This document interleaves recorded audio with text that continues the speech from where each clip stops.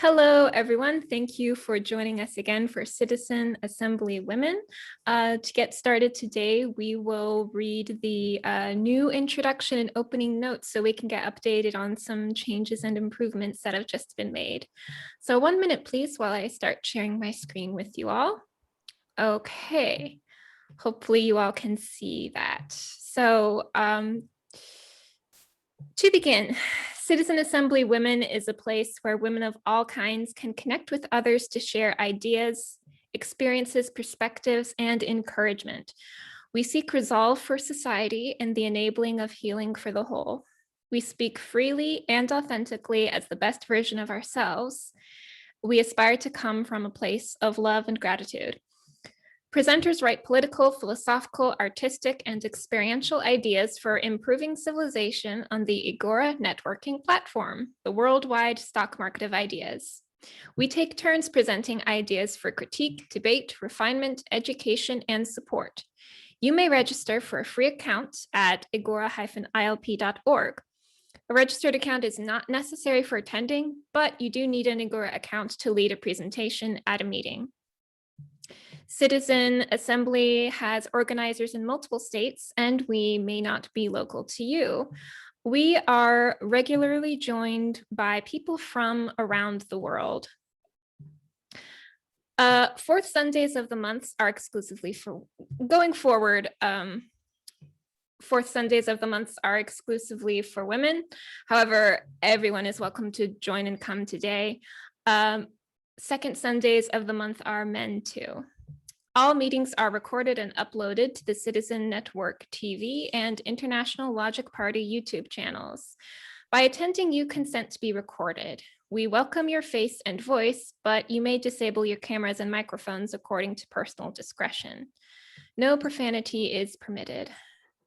If this is your first time participating, please be especially mindful to come on time to get oriented and learn more about our etiquette and procedures. So, we will continue with meeting etiquette and afterwards introductions, the presentation of the idea, a simple vote, open discussions, followed by another simple vote and closing comments.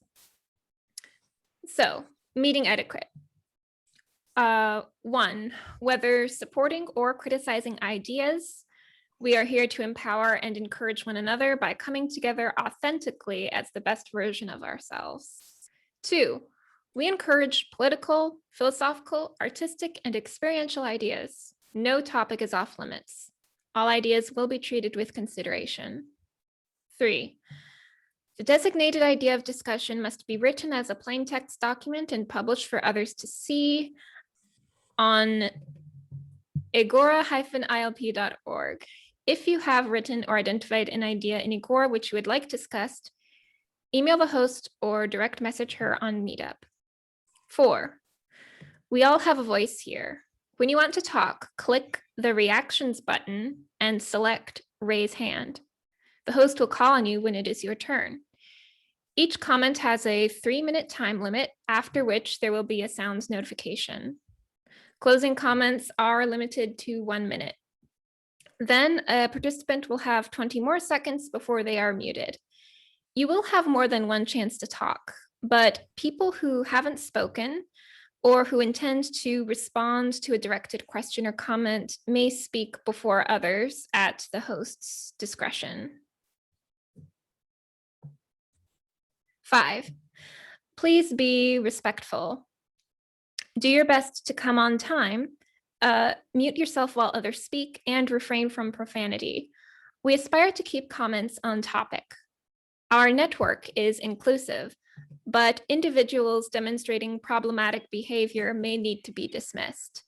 The chat should not be used for comments that are lengthy, provocative, or otherwise distracting from the person speaking. Participants without a functioning microphone may submit such comments after raising their hand and being called on by the host, who will read the comment aloud. Since that's kind of wordy, that basically means don't use the chat for really long comments. Instead, take a turn to talk if you can, so that we can focus on whoever's speaking. 6, If you enjoy and or have benefited from our meetings, please share the word. If you have critiques or concerns, you may contact the host through Meetup. And 7, to fully participate in our meetings, register for Agora at agora-ilp.org. Citizanassembly.net has a calendar with upcoming meetings. To stay connected, join our Facebook group, Citizen Assembly, at this web address. Okay. So with that being said, we will now move into introductions so that we can become acquainted with each other. You can just say your name, your location and or place of origin, and 2 words to describe yourself in this moment. So I'll go first. My name is Lois Diggs. My location is Southeast Virginia, the city of Norfolk. 2 words to describe myself in this moment are focused and motivated. All right. So is there anyone who would like to go next, or if not, I'll just call on someone. Oh, okay. I think Kay just barely raised her hand first. So go ahead, Kay. Oh, good. Hello, everyone. My name is Kay, and I'm located in San Jose, California. And 2 words to describe me right now. I am a little bit sleepy, but I am excited for our meeting today. Thank you. And now to Stacy. Hi, I'm Stacy Gustafson, and today I'm in Houston, Texas, and I'm helping take care of my baby grandson. And so today I will say my 2 words are family oriented. Pretty excited about that. We get to stay here until Friday. Thanks. Oh, that is nice and exciting. Thank you for joining us, Stacy. Tang, will you introduce yourself, please? Yes, my name is Tang Ng. I'm from Singapore. Right now, I have family problems because my mother is a fascist Chinese woman, and I'm Western educated, and I like America, but my mom likes China. So I'm bullied by the Chinese here because I favor Americans, because I'm educated in America. So it's pretty hard here because the Chinese bullies me because I favor Americans.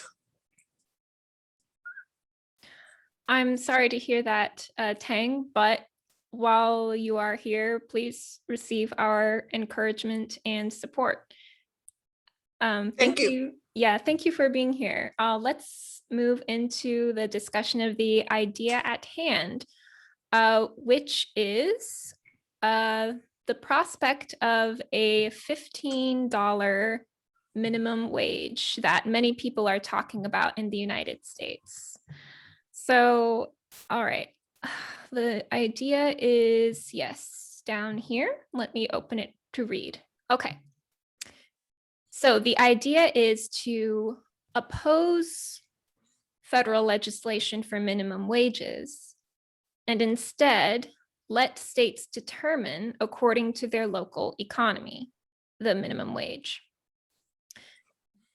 Although the federally imposed minimum wage is $7.25 per hour, the majority of states have a minimum wage above this.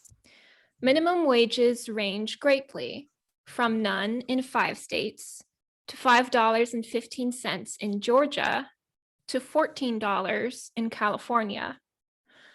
The diversity in minimum wages is for good reason. Economies vary widely, state by state. The cost of living in Hawaii is much higher than the cost of living in South Dakota, for example. A federally imposed minimum wage can't hope to be efficient at meeting the needs of such diverse state economies. In addition, one can argue that imposing a centralized top-down minimum wage from the federal government is unconstitutional. The very concept of a minimum wage was deemed unconstitutional by the ruling of a Supreme Court case, Adkins v. Children's Hospital of DC, that stood for 15 years until the big switch in 1937 when the Supreme Court narrowly upheld Washington state's minimum wage law in West Coast Hotel Company v. Parrish. It is also worth noting that from the beginning, a minimum wage was intended to provide a living wage, not an entry wage for teenagers living with their parents. In the 1890s, the founding president of the American Federation of Labor argued for a minimum living wage that would be enough for workers to live. Likewise, the first federally mandated minimum wage in 1938 was designed to ensure that wages were at subsistence levels. Currently, only 10% of minimum wage earners are teenagers, and over half are above 35. In conclusion, the minimum wage should be a living wage. However, mandating wages is a task better suited to state governments instead of the federal government because of its unconstitutionality and the varying costs of living among states. For these reasons, federal legislation to increase the minimum wage must be opposed. All right, so that is the idea that I've written. Now, we'll do something a little bit different when it comes to voting for the idea. Instead of raising your hand for supporting or opposing, what you'll do is you will click reactions at the bottom of your screen and click the green check mark if you are willing to support this idea, or the red X if you disagree with the idea. And if you're not sure, or if you're mixed, or if you just want to learn more and want to hold back, you can abstain from voting. So if you agree that federal mandated wages should be opposed and instead given to the states for a living wage, indicate the green check mark, and if not, the red X, so we can count the votes. Okay, so right now we have 3 for yay and 2 abstaining. Okay. Oh wait, and okay, 3 for yay, 1 opposed, and 1 abstaining. Okay, thank you very much. You can take your votes down now if you want to. Okay, so now we will move into the discussion part of the idea. If anyone has questions, comments, anything like that, click reactions and raise hand. Okay, Stacy, you go first. And as a reminder, comments are limited at 3 minutes, but that's plenty of time. So don't worry about being rushed. All right, you have the floor. Well, I was absolutely shocked to find out that the Georgia minimum wage is still $5.15. I haven't seen a number like that, I think, since, it's been decades, it seems like. I'm shocked. I would like to speak to somebody from that state to find out the thinking. It seems like Georgia is not the least, the minimum wage, the minimum cost of living. Seems like their minimum wage should be higher than $5.15. And I would be interested in speaking to people who are working at minimum wage and what kind of work people end up working like that. So very interesting. I'm learning a lot I didn't know. And I absolutely agree that it is not for the government to decide this. We should let the states determine that. And there might be some fighting at that level as well. And then later on, I think I can comment to being a business owner and minimum wage, but I will ask now. Thank you, Stacy. All right. So now let's see. Cole, you have your hand up. Please go ahead.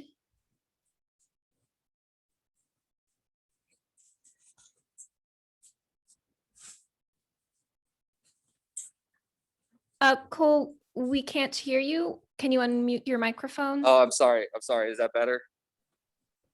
Okay, great. I'm sorry. I am attending this meeting. I couldn't find the original CA meeting. I hope it's okay if I'm here as a male. Like a lot of thoughts on the issue that there should be some kind of almost living wage where even people who just joined the workforce can be allowed to be independent. And that includes like people who have just turned 18. I think that basically we should have a society where our children are taught that they can be independent from the point that they reach maturity and onward.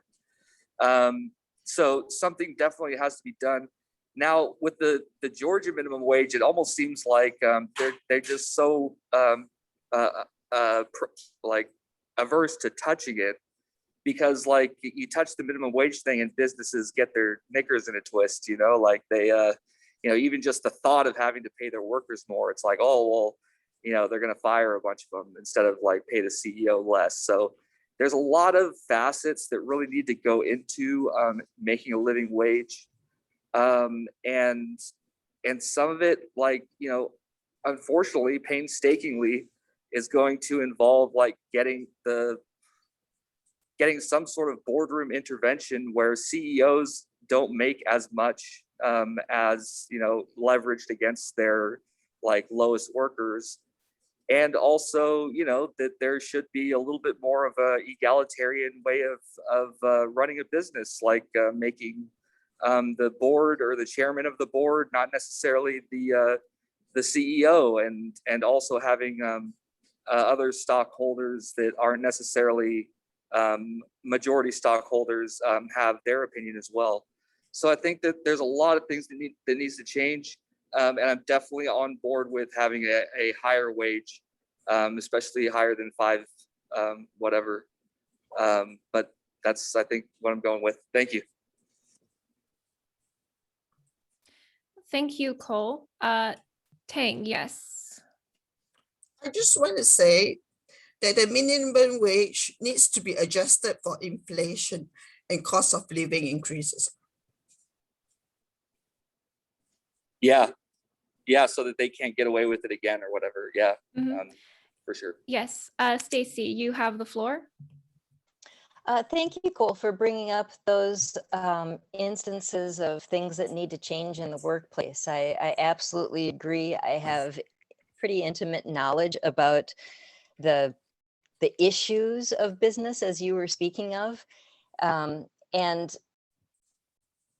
I think that's an interesting idea. You were talking about changing the wage. Are you saying that the minimum wage would be a certain dollar amount by age? So when you turn 18, you would have to be paid more of a living wage, and so it would be by age?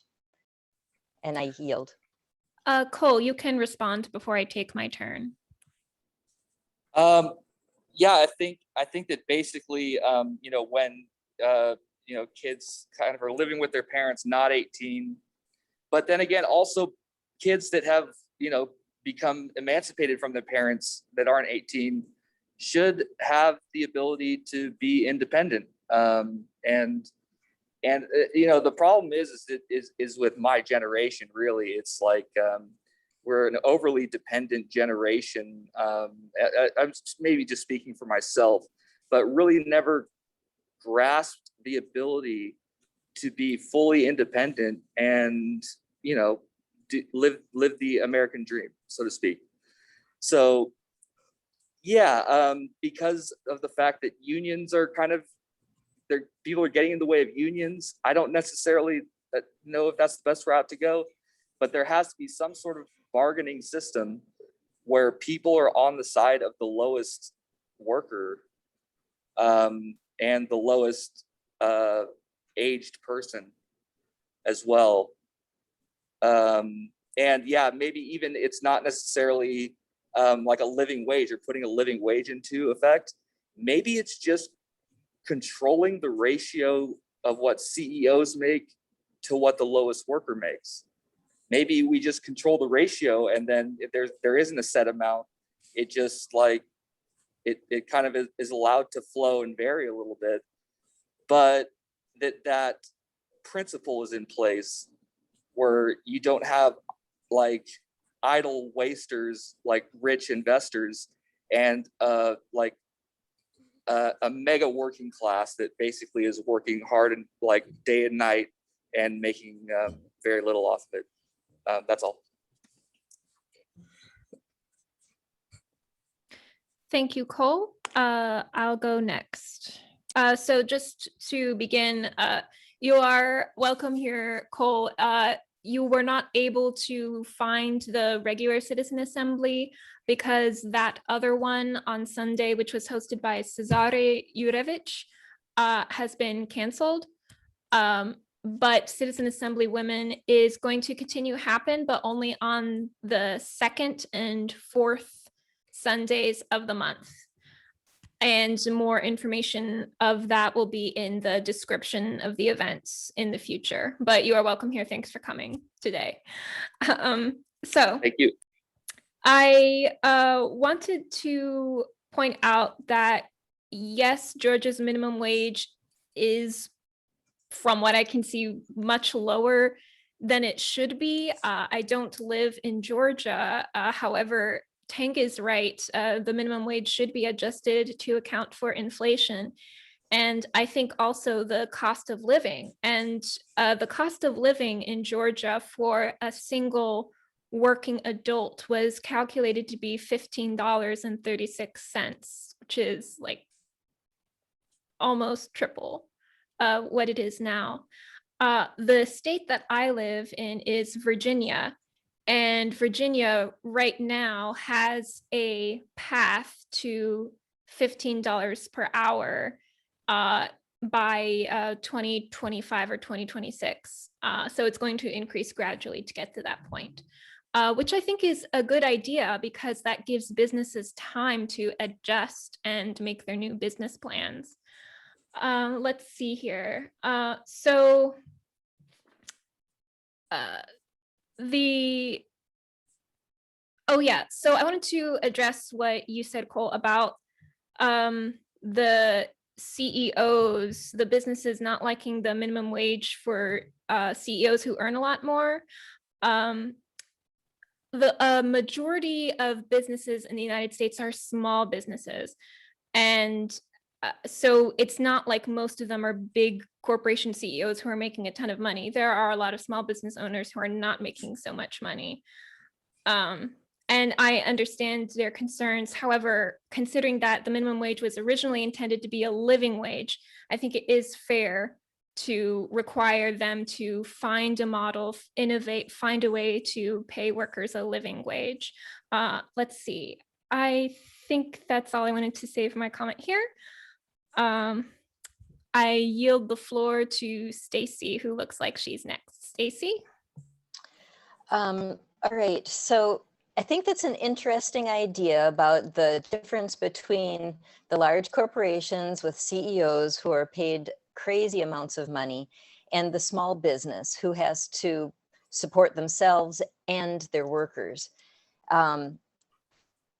It's absolutely true. The CEOs are making way too much money. I have literally seen the decision-making process through being a court reporter in the court systems for how they too make ridiculous, terrible decisions that give themselves greater wages at the same time that they're conducting huge layoffs.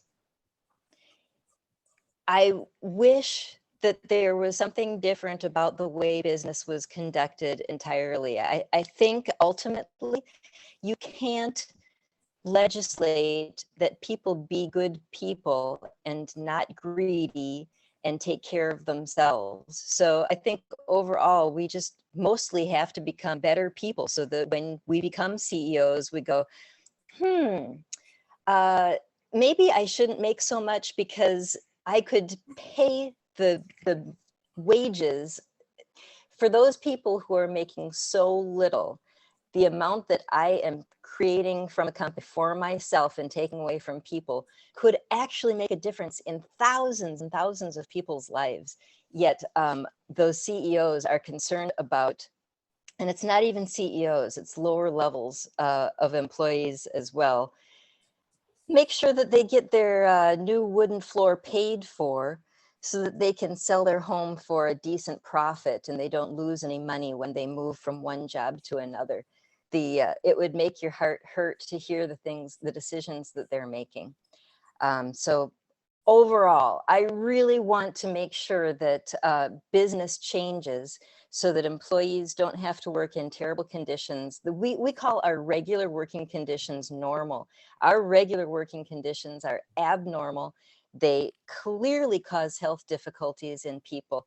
And I believe the whole system of business has to be revamped. And I still haven't gotten to paying that minimum wage as a small business owner. I will come back to that. I yield. Thank you, Stacy. So you stopped at about 30 seconds left to your comment. All right, so Cole is next. So go ahead, Cole. Yeah, I want to say to the last person who talked, I forgot your name already. I'm sorry, but you have a very good speaking voice, and you have a very level head for being a free market objectivist. I think I can sense it. But you know, I also have read the doctrines, and also, yeah, you can't litigate morality. You know, it just forms like different black markets or whatever. That, yeah, we do have to become better people, but the problem is that the system we live in, it's not gonna, we can't just say CEOs are gonna just become better people like all of a sudden. You know, like with Bill Gates or whatever, they'll donate on the side because it's tax deductible, you know what I mean? So they could save money on their taxes. But when it comes to the actual, like, you know, caring for their employee or their employees, they sort of fall by the wayside because it's just not worth it. It's just money to them, and yeah, I don't think that we can sort of just wait for people to get better.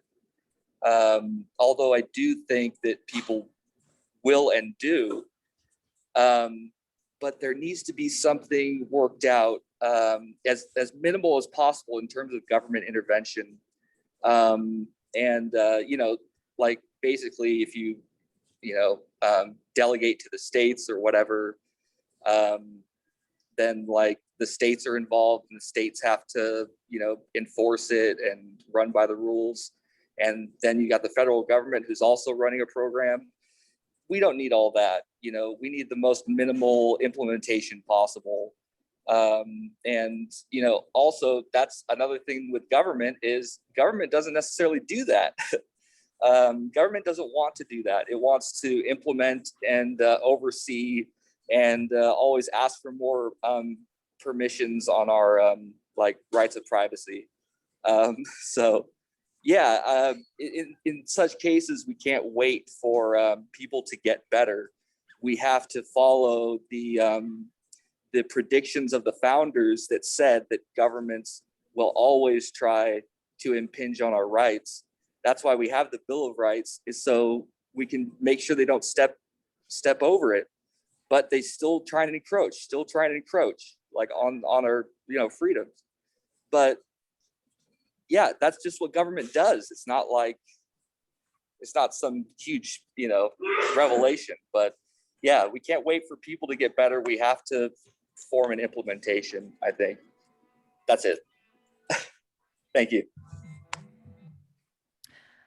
Thank you, Cole. I don't know whether you were able to hear that notification sound, but it was Bach playing there.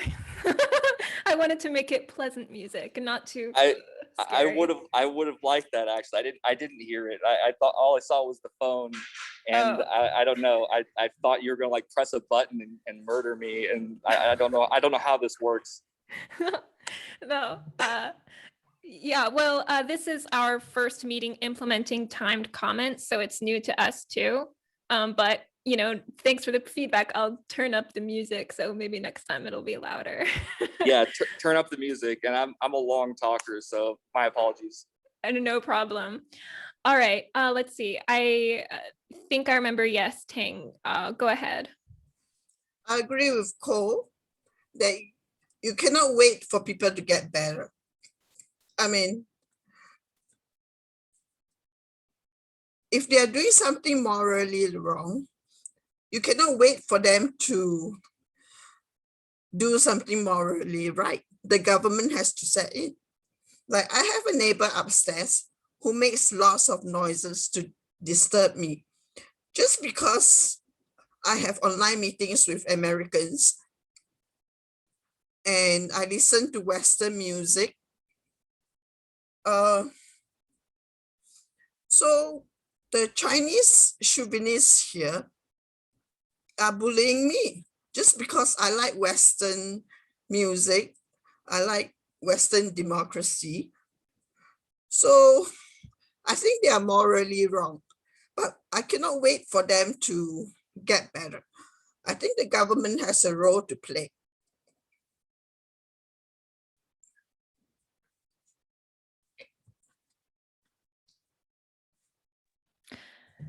Thank you, Tang. I will go next, and then Stacy's comment. All right, so my comment is somewhat short, but I just wanted to say that since we've brought up this topic of CEOs making inordinate amounts of money, I just wanted to mention that there is an idea circulating for a maximum wage so that by law there will be a cap on the income one can receive. I think that's a topic for a different meeting, but it might be worth exploring in the future, and it could be part of the solution that we're looking for. So I yield the floor and yield it to Stacy. So I understand that we are supposed to be able to change things through our government, but I think it's abundantly clear it doesn't work. I believe we're in a failed state. What are the chances that any of us, if we got 100,000 of us together and said, we really want to get something pushed through the government, what are the chances that we're going to get legislation put through? Like, nothing. I think we've got to do this ourselves and start now from a grassroots level. CEOs have no accountability at this time. I believe the best thing that we can do, because we have no avenues for change, is to re-educate our children, re-educate ourselves, create opportunity outside of government and outside of the regular economy, because it's not working and there do not seem to be any ways to make any changes to it unless we do it ourselves. And as far as the CEOs, I totally agree. CEOs will throw a little money here and there and make it look like they have some kind of moral integrity. But I looked into creating water programs in Africa, and I ran into the Gates Foundation, and the Royals had been to Africa to create water there. And nothing happens. A person can't go to their organizations or the money that they give, or the organizations that they give their money to, and say, okay, you've been given money to get water to us here in Africa. How about some over here? I need a well. I will put it up. Just give me the money to do it. And people can't even get that done. It's constipated. None of this is actually working. I think that we really, really honestly have to start doing stuff for ourselves. And I yield.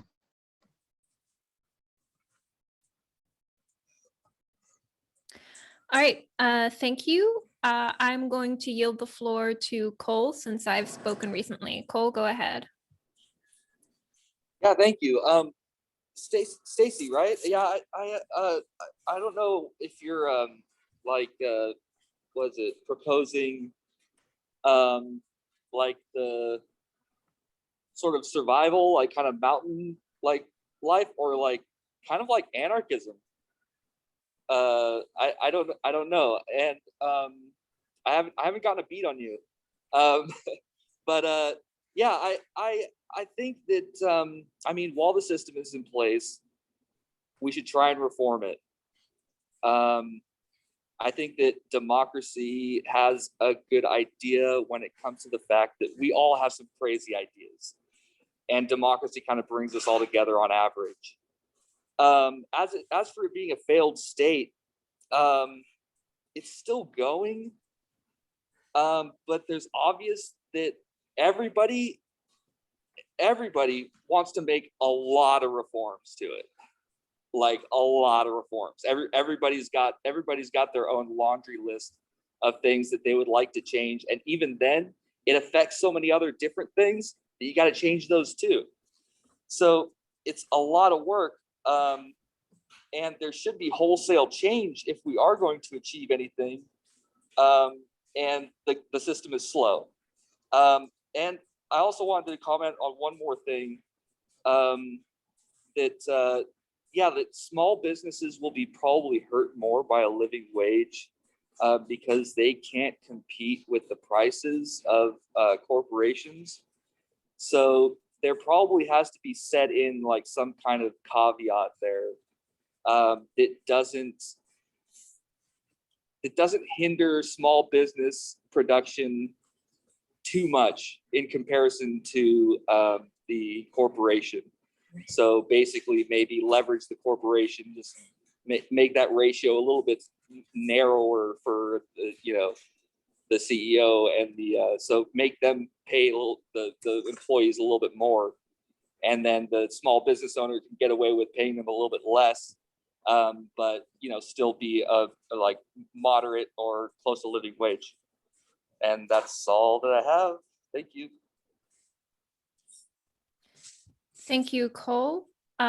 So I want to yield my time to Stacy because she mentioned something she wanted to talk about that she hasn't brought up yet, and I'm very keen on hearing it. Go ahead, Stacy.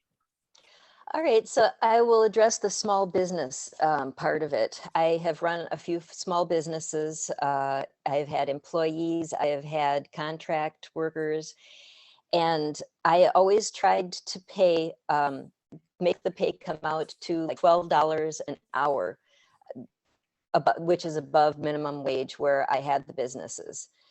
And it was more than the people were accustomed to making where they were. And I had to do different things with my business to make that work out. It is the way that business is set up is you watch that bottom line, and you have to have it set up so that they can, outsiders, bankers can look at your sheet, your business sheets, and it looks like all of the other business in the world. And it just causes this tunnel vision for bottom line dollars, and I can't pay more than this, or I'm not making enough of this bottom line for the business. And I just think that the entire system has to be revamped. You can't just do a little thing like push a lever here and have it work, the whole system work over there, because the entire thing is based on the bottom line, the money, and how it appears to bankers and other people for monetization and sales and real estate. And we've got to change the goal to a happy, healthy family. And if we did that, then we would no longer be tied to these business practices that are clearly not working and causing terrible quality of life for everybody. I yield. Thank you, Stacy. So I will go next. I agree on the need to change the culture. And there are many more topics we can discuss on this, on identifying how have cultural values changed in the past? and how can we take that knowledge and implement it here in the future? I mean, in the present for the future, right? And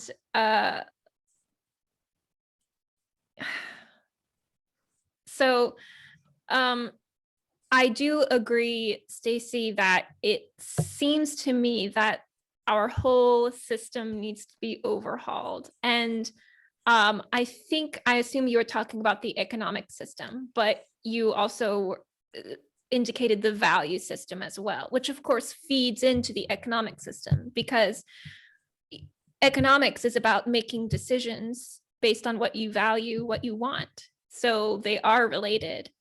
And I actually tested my idea with someone before bringing it here into Citizen Assembly, and he didn't like it because he doesn't like the idea of minimum wage at all, and instead having a universal basic income, or actually a state mandated basic income.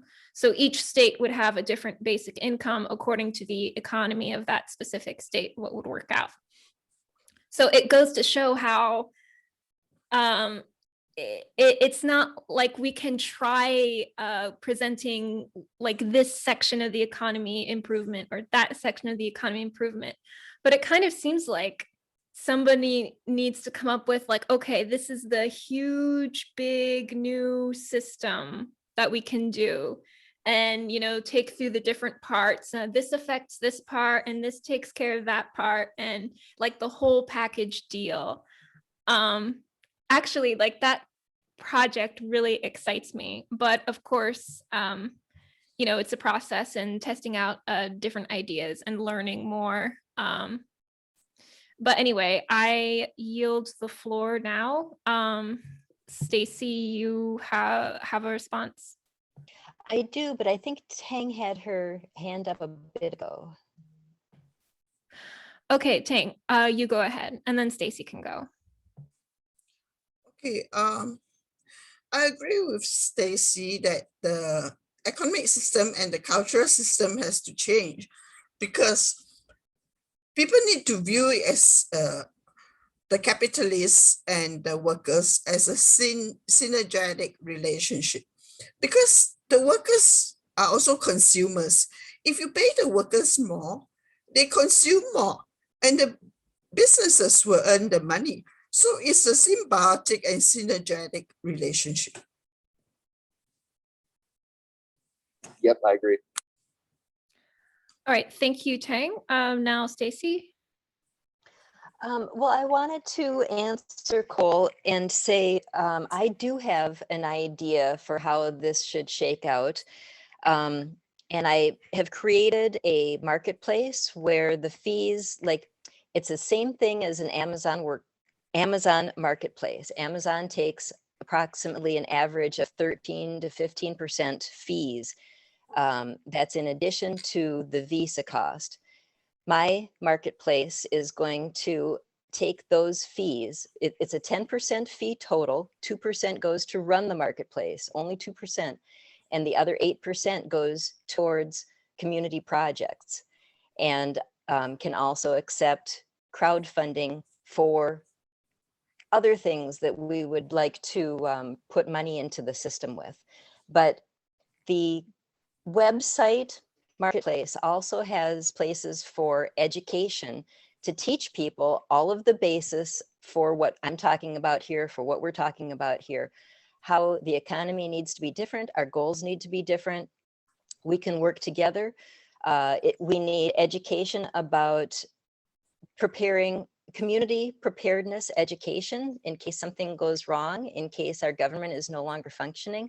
I have all those things put together. I've been working with members of the community here so that this website will ostensibly educate people about the new goals that we need to make and give them a place to have their own economy that is running alongside our present government and economy, so that we can see if we can make our own communities work the way they were meant to, bring back indigenous ideals, and reduce our footprint and reduce our purchasing and keep the money locally and put the money back into local projects that are based on our needs, our four necessities, water, shelter, community involvement, individual development. And I believe if we get started on small community websites like this, that we could prove that we can make this work ourselves alongside government, and hopefully eventually we can prove that government is ruined, it's not working, and we can do it better. Yield. Hey, can I jump in? Thank you, Stacy, but let me go next, Yes, Cole, yeah. and then you can go ahead. All right. And you can raise your hands to reserve your spot too, by the way. Okay, so I just wanted to say that we do have a citizen assembly women on Stacy's idea for a community marketplace back in the archives of our YouTube channel. So if you're curious to hear about that, Cole, you can go look it up. If I have time, I can try to find it and then put a link in the chat for you to watch later. So you go ahead, Cole. Oh yeah, I just wanted to ask Stacy, what's the community preparedness training? So I've assembled with a couple of members. One is a ham radio licensed person, and one person is involved with healthcare and indigenous concerns. And so we've put together, okay, My Marketplace allows you to post listings, not of just products, but anything, community requests, and including a preparedness profile. So you would put in there in a searchable way representations of those things that you are offering for your community in the event of something happening. So we have given the information of what the Red Cross recommends as minimum first aid to have. Well, the Red Cross recommendations for what households should have, that's in there. We give that information. We have a way for people to communicate through the ham licensed operators in the event of internet being down. And I can't remember all of it. I'll just say we have these types of things. The information is there, and then the people will create a preparedness profile which says, okay, I have included these things. These are the services that I would make available to those people in my community.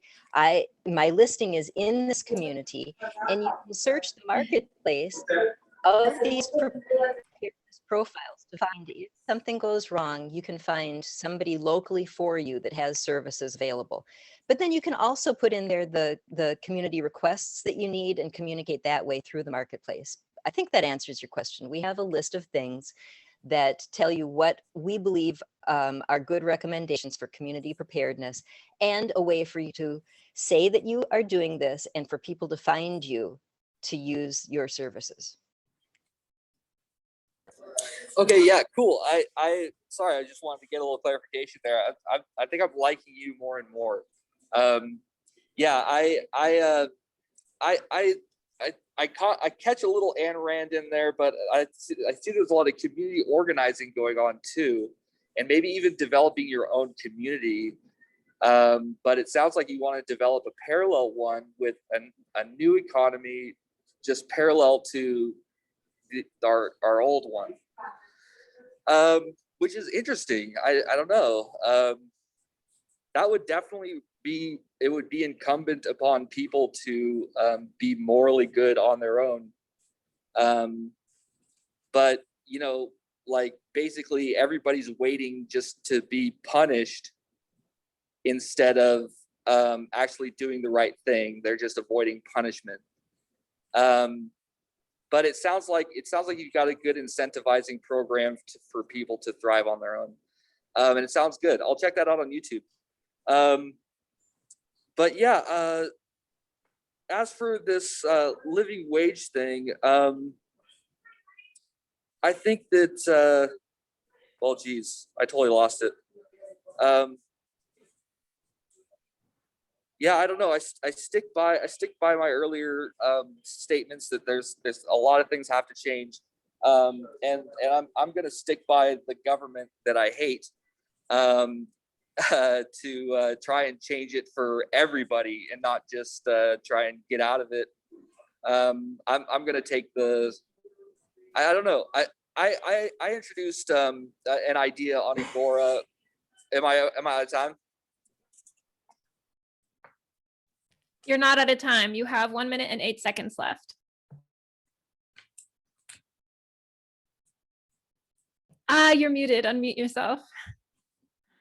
Did you mute me? Did you mute No, me? no, it wasn't me. Go You did ahead. that. You did No. that. Okay, so 8 seconds gone. I introduced an idea on Agora about introducing a public forum. So basically like this, except that it would be nationwide and that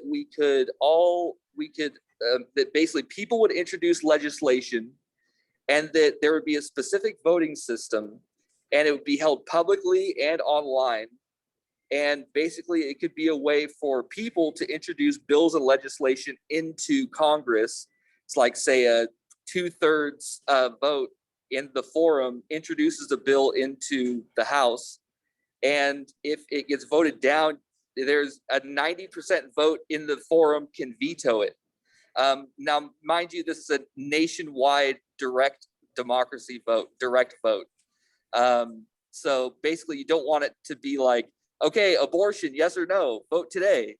And it's like, if more people say yes, Time's up. You have 20 seconds to wrap up.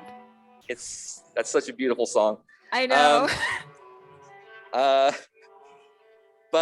Yeah, so I think that might be a step in the direction of getting bills and legislation passed that people might actually care about. That's all. Thank you. Awesome. I'm so happy you got to hear the music. So I'm actually secretly glad you went overtime. All right. Well, I guess it's not a secret anymore. All right. So my hand's up. I'll go next. I wanted to know more about why Cole opposes the idea of leaving minimum wage to states, and of the idea is twofold: that the minimum wage should be a livable wage and that it should be left to state government instead of federal government. So I'd like to know more from Cole about why he votes no for that idea. Yeah, actually, it was just on a technicality. So I would say that the living wage is something that I'm very passionate about. The idea that individual states get to enforce it or whatever they do, all the powers that they have, all the departments involved. I just want to limit it to making it the smallest amount of government possible.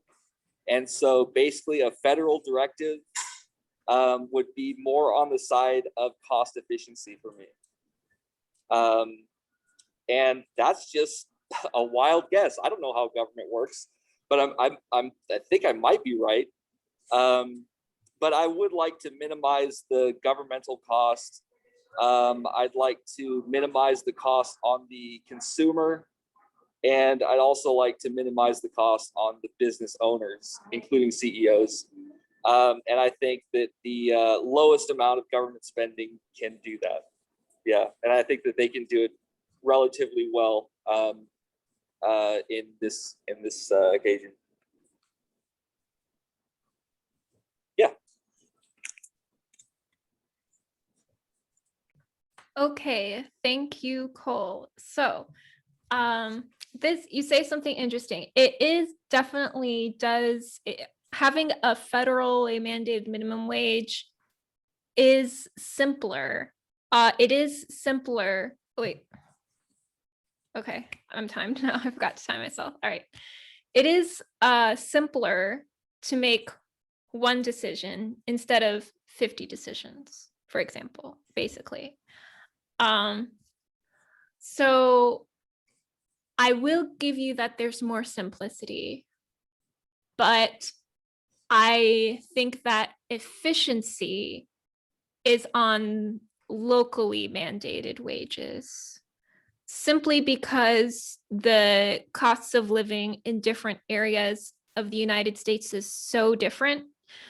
Having a one minimum wage for everybody is really difficult, actually, for even just one state, because it's so different based on where you live within that one state.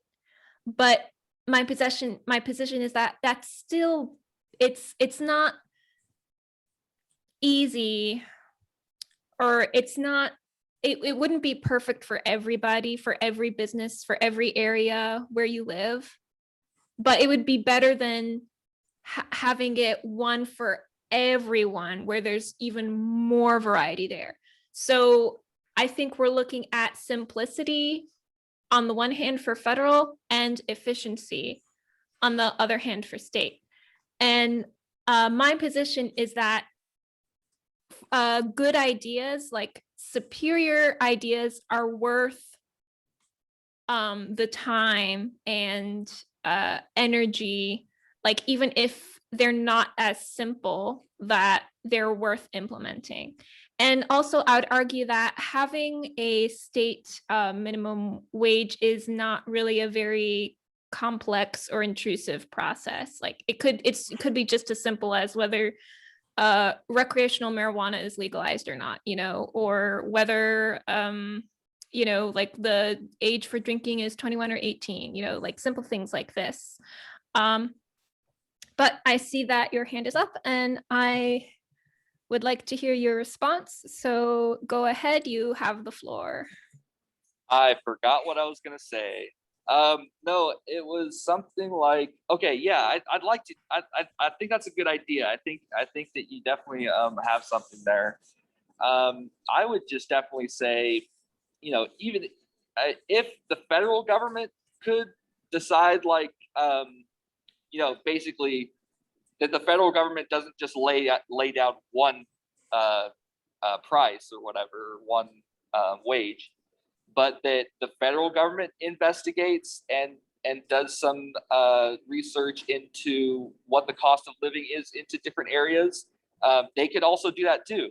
And I'm not necessarily saying that just to be, contrarian or whatever, but I definitely, solutions-based thinker, like I would like to have all options on the table and make sure that the best one is there. And I think the government should be ready to adapt too. Like, even if it's been doing one thing for a long time, it should be ready to change if the other way's better, So yeah.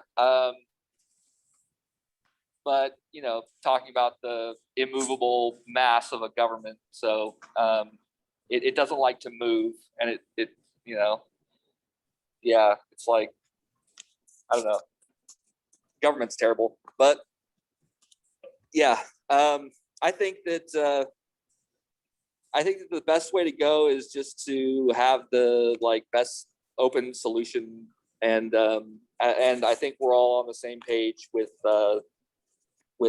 possibly the fact that the wages should be changed. And I lost it, so there, I'm done. Thank you, Cole. So I would like to say that MIT does have a cost of living calculator by state and also by county, I think, within that.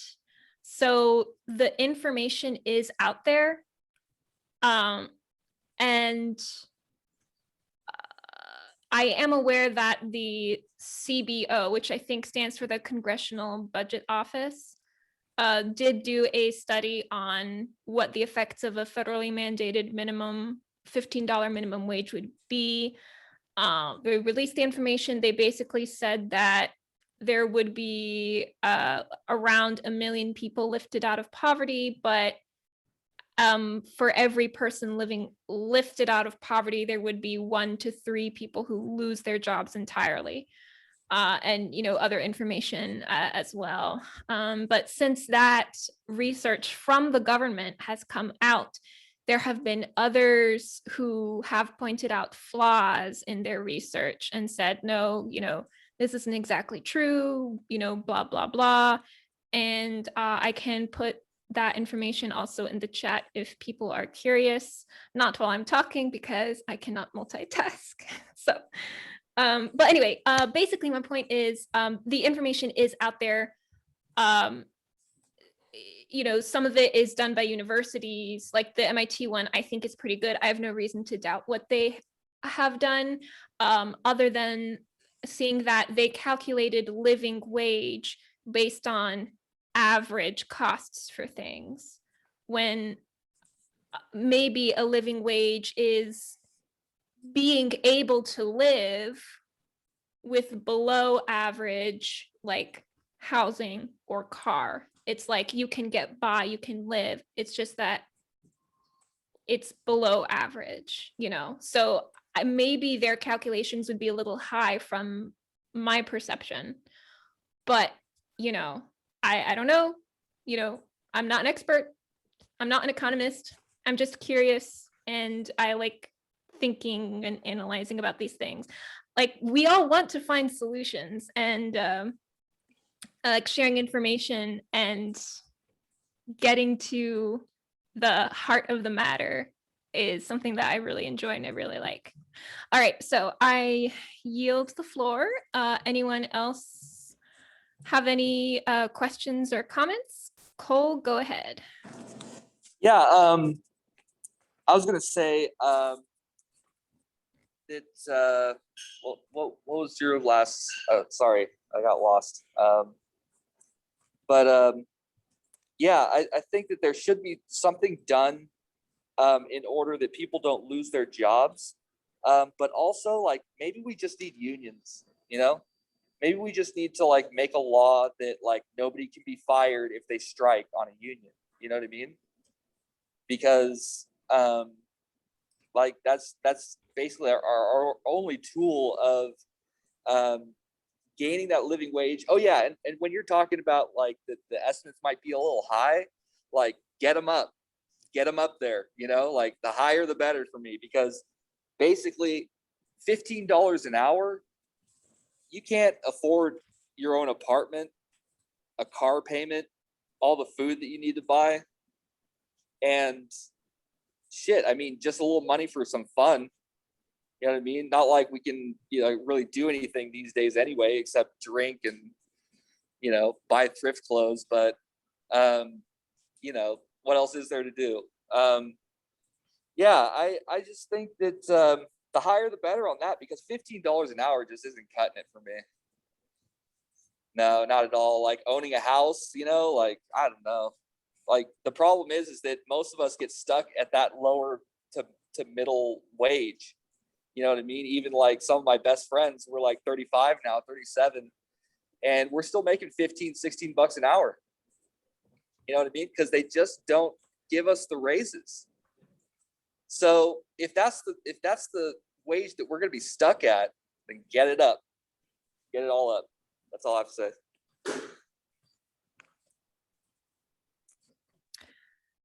Thank you, Cole. All right. So one of the things I was going to say is that we do have unions, but I don't know much about them. But the things that I do hear about them are bad news. But that may just be because it's only newsworthy if unions are doing controversial things. So, oh yeah, it's like the necessary evil. You know what I mean? It's basically like another form of government. It's like we had to do it because the corporations and CEOs like put us in that position. You know what I mean? Like we don't want like another like extraneous like organization like controlling our money and like and basically taking dues. We don't want that. Wait, let me finish my comment, Cole, and then I'd love to hear your thoughts. So yes, so I did talk to somebody today who believes that unions have run their course and that they did have a function earlier in history.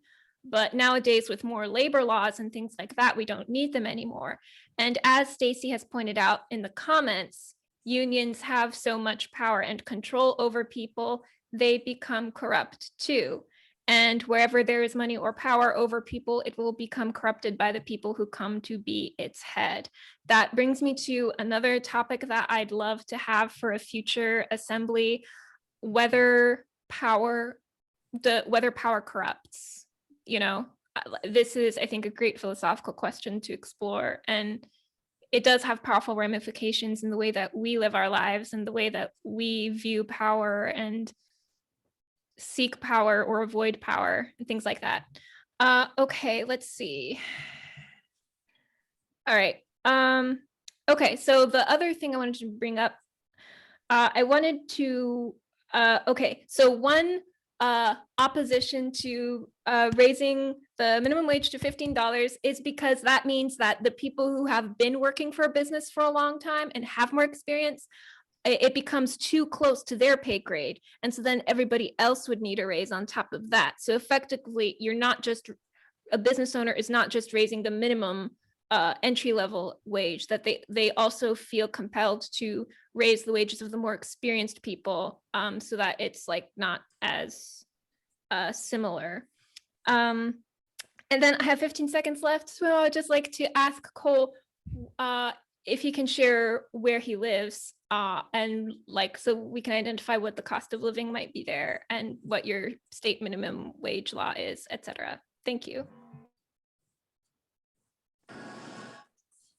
Oh, hey, yeah, I live in, well, I just moved actually, so I'm kind of like just zooming in on in a coffee shop, kind of like charging my cell phone because I don't really have a place yet. I'm in Portland, Oregon. I was in Nashville, Tennessee. In Nashville, I worked for a really good company actually, that started me out at about $14 an hour, and got up to about 16. And I was at a grocery store, so it was actually a really good company. Took care of their workers pretty well.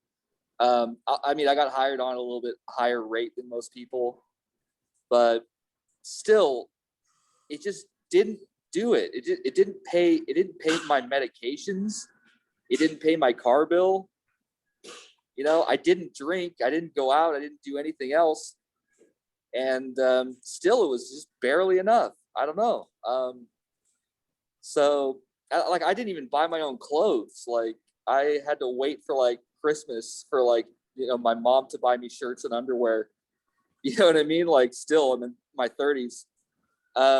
But yeah, I'm in Portland now, and if you're thinking about changing the culture, Portland is the place to be. The people are awesome. They're nice. They're cool. They're stoned. They're awesome. So yeah, if you talk about changing the culture, we could all learn a little bit from Portland, Oregon. I'm so glad to be here. And I don't know. Did I do the thing? Did I do the thing? Okay. Thank you, Cole. I don't know what you mean by the thing, but I'm assuming answering my question, and you did succeed in doing that. All right, so I wanted to bring up the question of, okay, so Cole, you said that the higher the better, the more the better. There is a point at which mandated wages could be too high, because if the wages are too high, then employers will not, like, there's just a certain point where there's nothing you can do like to meet that, and then unemployment will increase, and then as a result of that, prices could increase, not only, you know, because of the increased wages, but also if more businesses go bankrupt, then there's less competition, and so the businesses have a corner market and can charge higher prices, which further increases the cost of living for everybody. And I also, in my research preparing for this idea, I also saw that there was an economist who pointed out that if the minimum wage is raised to $15, then childcare costs would increase by about like 20% or something like that, by a large amount. And oh yes, I also wanted to say that education is way too expensive and medical care is way too expensive. I think that we should really work. Now, like again, this could be another topic for another time, but speaking, just touching on it just for a little bit.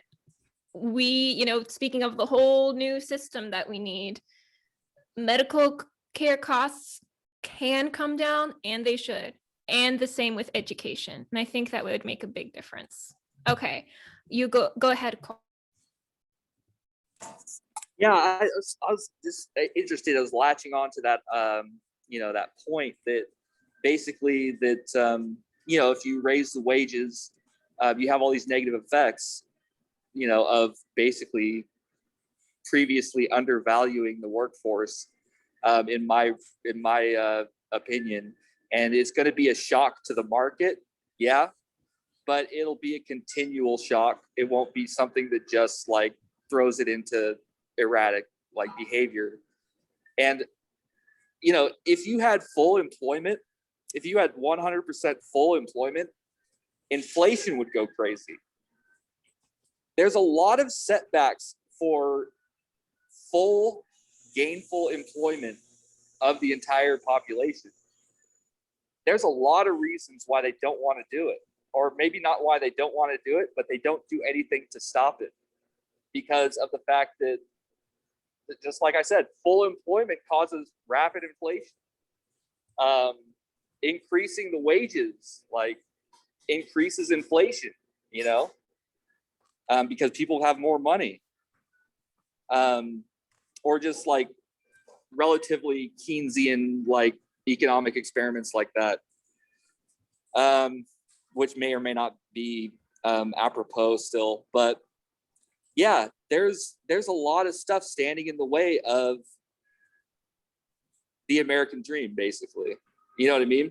And who cares about the American dream? Like, I don't really care about it. Just like,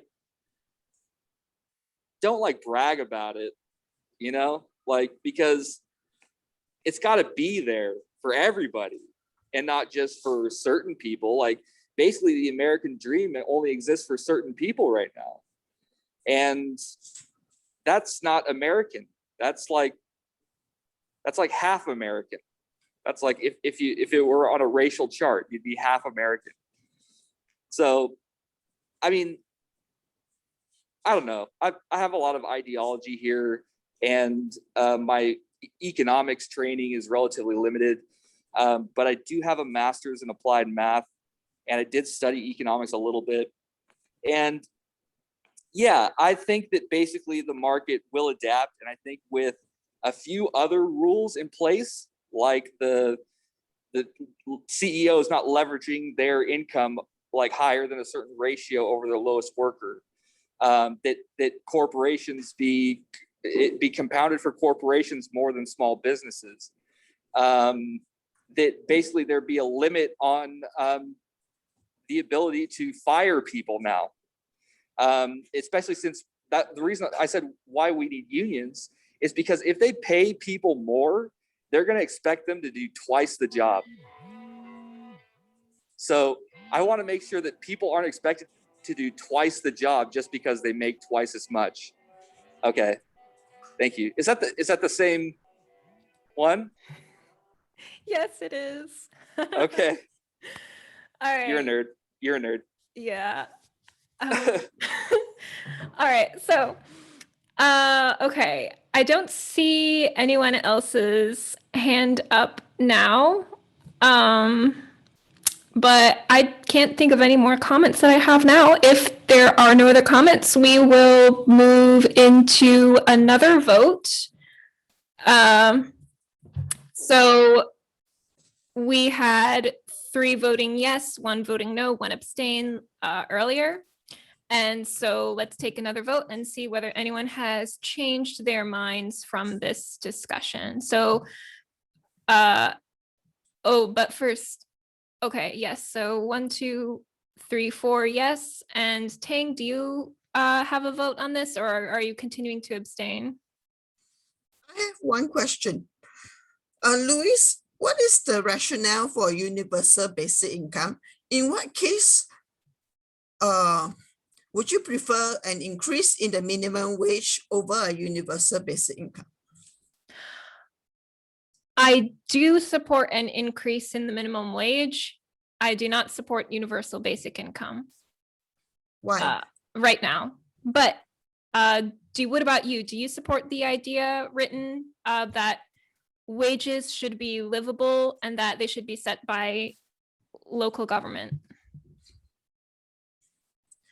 I agree with that. But if unemployment is widespread, then I will support a universal basic income. Otherwise, I will support an increase in the minimum wage. Okay, yes, I will take that as a yes. So hooray, that is worth celebrating. All right, thank you, everybody. You can take your votes down if you wish to. We will move into closing comments. So is there anyone who'd like to go first with closing comments? But as a reminder, closing comments are 1 minute long instead of 3 minutes. So anyone would like to go first? If not, I'll call on somebody. Okay. Tang, would you like to go first for your closing comments? I want to thank everybody for your comments. I learned a lot from this session because I didn't know much about the $15 minimum wage and its implications in the United States. So thank you for my education. Thank you, Tang, for being here. And it makes me really happy because I feel most fulfilled after an assembly when I learn the most, and also like when we reach consensus. That also makes me happy. Okay, Kay, your closing comments, please. Yes, thank you, Lois. Just like Tang, I do always learn so much about just anything that we talk about in our meetings. And I actually thought it was more just where I'm at, where people think that our minimum wage just isn't working out, but it seems like it's happening in various places too. Here it's $15.45, but if you go a half an hour north of me, minimum wage is $15.62. And still, it's just not enough. So yes, I enjoyed this topic a lot. Thank you so much. I yield the floor. Thank you so much, Kay. Cole, would you like to add your closing comments? Yeah, I would. So is this your idea? Yes. Okay, cool. Yeah. So on Agora, I could possibly upload some, what is it? Like edits, or what do you call it? Like addendums? There are comments that you can add to the idea. Comments. Okay, I thought there was like a way to like put an addendum on there, or like just an option or whatever. But yeah, I support this idea. I just have those other caveats that I think should be taken care of first, which are the CEO leverage ratio, the limit on layoffs, compounding for corporations more than small business owners. And also I would like to add a grant and funding program for artists and craftsmen who basically you can earn money for your art. And then I think basically we should have more funding for the arts. And I think that these people, the ones that are the lowest common class, are the artists and idea people of our generation. So I think they should be encouraged. And that's it. Thank you, Cole. All right, so those are a lot of ideas. feel free to go to the idea, support it, add your comments, and then for the other ideas about the arts and other things like that, if you've written an idea, great. Invite me to examine it. There's a feature on that in Agora, and I'll take a look. I'd be glad to. Yeah, that's what I was wondering, if I should like make a new one, but I'd be like stepping on your toes, you know? If I made a new thing, I could just comment on yours, and well, I guess we can't really do that either. Oh, you can comment on ideas. And Okay. it's also a function of Agora that you should take other people's ideas, rework them, and make them your own. Yeah, I was just hoping, because I think they're going to make this a cryptocurrency pretty soon. That all of the like credit goes to the person who crafted it, you know, and basically that we should have like an addendum chart instead of just sort of taking other people's ideas. Did you guys hear about that? You can notate that in your new idea. You could just say inspired by Lois's idea number XYZ. I do that. Okay. Yeah. Are you all right with that, Lois? Yeah, I'm fine with that. As long as you also support my idea. Like, you know. I will. Okay. Yes. All right. Yeah. Thank you. With All the right. highest amount of points that I have. Oh, I'm very flattered. But yeah, the point is there's a lot of flexibility in Agora for you to, you know, work on different ideas, support different ideas, add comments, invite people. So you have freedom, you know, like explore and find what works best for you. But Stacy still has not given her closing comment, so I will give the floor to her. Stacy. And I would just add on to that Cesare would say everything is copy left, and you just take whatever you want, steal it, use it. That's what Agora is meant for. And I would say what we need, I love the topic, Lois. It educated me in a way that I needed to be educated. And I believe that we just simply need to create a new model. And I think that it's not that difficult. We can do our own thing and like run our own businesses in the way that we believe that they should be run, and not take into account all of the bottom line businessy banky stuff that makes you make decisions that are not beneficial to people. So if we can change our small businesses and prove that it's profitable that way, people will start to adopt it. And that's what we need to do. Thank you very much. Thank you. I like her. I like her. Nice. All right. Thank you, Stacy. All right. So I would like, in closing, I would like to say that it does sound like a good idea to just do the things the way we think they should be done. And that could be a really great way for a cultural change to catch on, you know, like changing the values and culture and practices. So I wanted to say that after this meeting ends, please don't forget to go into Agora and click support for the idea so that it can rise in the idea dominance index. I did put a link to it in the chat. I'll also put a link to it in the description of the video when that gets published. And then also in closing, our next Citizen Assembly Women will be on Sunday, the 13th of June. On Sunday, the 13th of June, because as I said earlier, meetings will now be on the 2nd and on the 4th Sundays.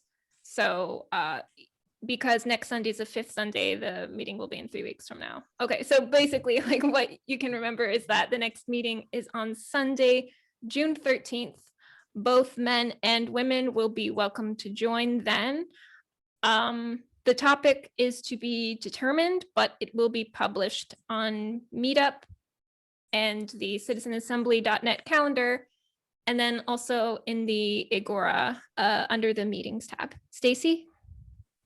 Are you saying that there are no Citizen Assembly women meetings happening between now and that date? Well, somebody has hinted that she would like to start meetings on Sundays when I'm not doing them. So like doing an alternation kind of thing. But she hasn't given any details to me yet. So I can't really answer whether there will be another meeting on the alternating Sundays. There might be. So keep your ears out, stay updated on Facebook, I think, and the other websites I also listed. All right. Oh, yes. And then also, if another meeting does come to fruition on other Sundays, I can make that announcement here at a Citizen Assembly on Citizen Assembly Women, in case people are curious and want to join that. Because we are here to empower and encourage one another. Okay, so once again, thank you all for coming. Have a good week or a couple of weeks, and I'll see you next time.